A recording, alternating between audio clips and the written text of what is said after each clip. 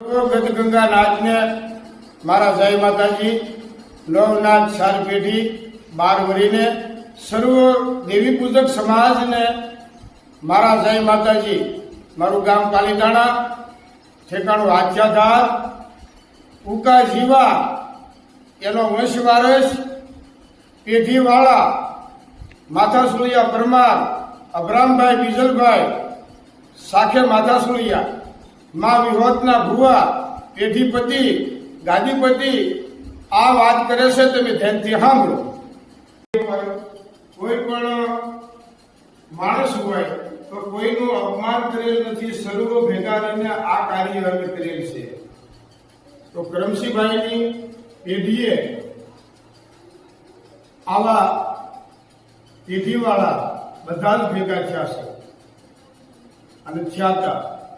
આ સમયે હવા અને 55 ભેગા મળીને આ કાયદાનું નિર્માણ કરેલું છે. આમાં કોઈએ એકાંતમાં કરેલ નથી.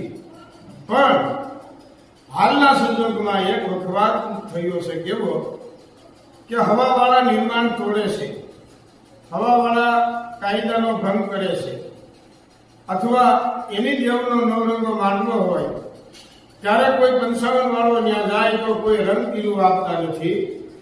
ત્યાં પણ અપમાન કરે છે. કાયદો ઘડેલો છે એ તોડે છે, એ પણ અપમાન કરે છે. તો આ હું તમને ચેતવણી આપું છું, કાયદાના ભંગ ન કરો અને નવરંગો માનવો માતાજીનો હોય ત્યારે કોઈ મારી નાતનું અપમાન ન કરો, એને સન્માન આપો.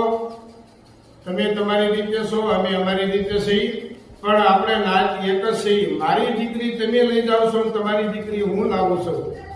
તો ધર્મનું હકું છે, માનવીનું હકું છે. કારણ વિનાનું અપમાન ન કરો. પછી હાલના મુદ્દામાં હાલીની વાત એવી, મારી પાસે સમય નથી, સમય મર્યાદા પ્રમાણે વિડીયો ઉતારવાનો છે, નકર કહાની તો ઘણી બધી છે. મહારથી પેઢીપતિ કરમશીભાઈ એકલા નહોતા, એમાં અમે ગામના ભેગા છીએ. અમે એકતા રાખી છે, એકતા રાખશું. અમારા કરેલા નિયમો, અમારા કરેલા ધારા અમે તૂટવા નહીં દઈએ. માટે કોઈ પણ આપણે સારું ભલું કામ કરવું હોય, કોઈ પણ નિર્ણય લેવો હોય, કોઈ પણ સારું ભલું કામ કરવું હોય, કોઈને નિર્ણય લેવો હોય તો આપણે સર્વ ભેગા થઈને ગમે તે કામ કરીએ. જય માતાજી.